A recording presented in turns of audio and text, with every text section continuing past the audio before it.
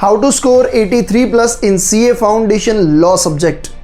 Law subject में काफ़ी सारे स्टूडेंट्स फेल हो जाते हैं CA फाउंडेशन में, तो आज का ये वीडियो आपके लिए बहुत इंपॉर्टेंट है अगर आपको थोड़ा भी फियर है CA फाउंडेशन में लॉ सब्जेक्ट में।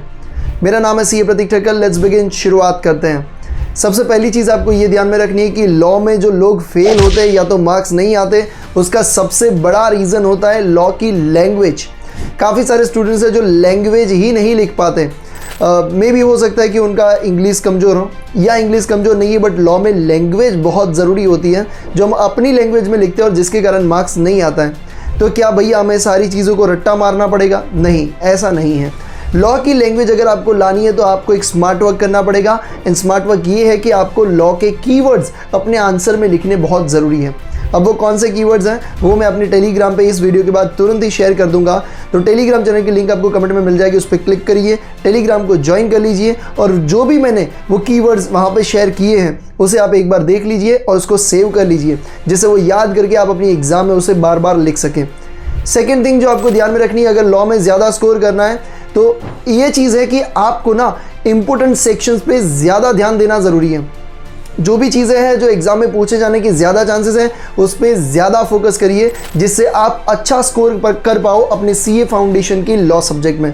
हर चीज़ें इक्वल इंपॉर्टेंस वाली नहीं होती, जो चीज़ें पूछने के चांसेस हैं उस पर आपको ज़्यादा फोकस करना है। अब काफ़ी सारे स्टूडेंट्स बोलेंगे कि भैया कौन सी चीज़ें ज़्यादा पूछने के चांसेस हैं, वो हमें कैसे पता?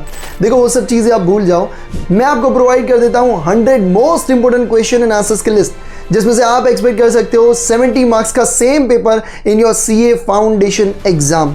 तो ये क्वेश्चंस की लिंक मैं आपको कमेंट में डाल देता हूँ, उस पर क्लिक करिए और जैसे ही आप एप्लीकेशन को इंस्टॉल करोगे और आप एनरोल करोगे, आपको इमीडिएटली अब भी आपको एक्सेस मिल जाएगा मोबाइल एप्लीकेशन एंड वेबसाइट के ऊपर। तो आप ज़रूर से उस क्वेश्चंस को पढ़िए, उसमें से एक भी क्वेश्चन आपको मिस नहीं करना है।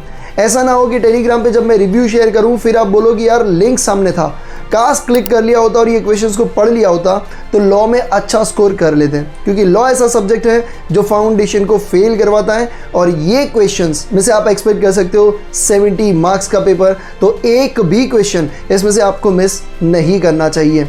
इसके साथ अगर हम बात करें कि लॉ में ज़्यादा स्कोर करने के लिए जो कीवर्ड्स दिए हैं उसका यूज़ करिए और इसके साथ साथ जो इंपॉर्टेंट क्वेश्चन एंड आंसर्स की लिस्ट आपके पास है उसमें से कोई क्वेश्चंस को सिलेक्ट करिए और लिखने का ट्राई करिए। Writing practice is a must to score high in law subject. Law subject में ज़्यादा स्कोर करने के लिए IMP लिस्ट से कोई भी क्वेश्चन को उठाइए, उसको लिखना शुरू करिए और उसमें आपको कीवर्ड्स का यूज़ करना है जो मैंने आपको ऑलरेडी प्रोवाइड कर दी है। तो सारी चीज़ें मैं आपके साथ शेयर कर रहा हूँ, IMP लिस्ट आपके पास है, कीवर्ड्स मैं आपके साथ शेयर कर रहा हूँ। आपको राइटिंग प्रैक्टिस करना बहुत ज़रूरी है।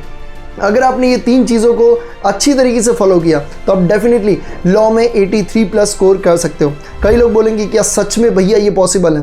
भैया काफ़ी सारी ऐसी सर्टिफाइड कॉपीज़ है जो मैं आपको दिखा सकता हूँ कि भाई इन लोगों ने इस तरीके से इतने मार्क्स को हासिल किया है और स्कोर किया है। तो ये चीज़ आपको ज़रूर से ध्यान में रखनी है। एंड यस, IMP लिस्ट आपके पास है। अफसोस नहीं होना चाहिए कि लिंक सामने था, काश वो क्वेश्चंस पढ़ लिए होते तो 70 मार्क्स का पेपर वहीं से देख के हम आराम से क्लियर कर लेते एग्जाम को। आई होप ये वीडियो आपको काफ़ी हेल्पफुल लगे। Thank you so much. जय हिंद।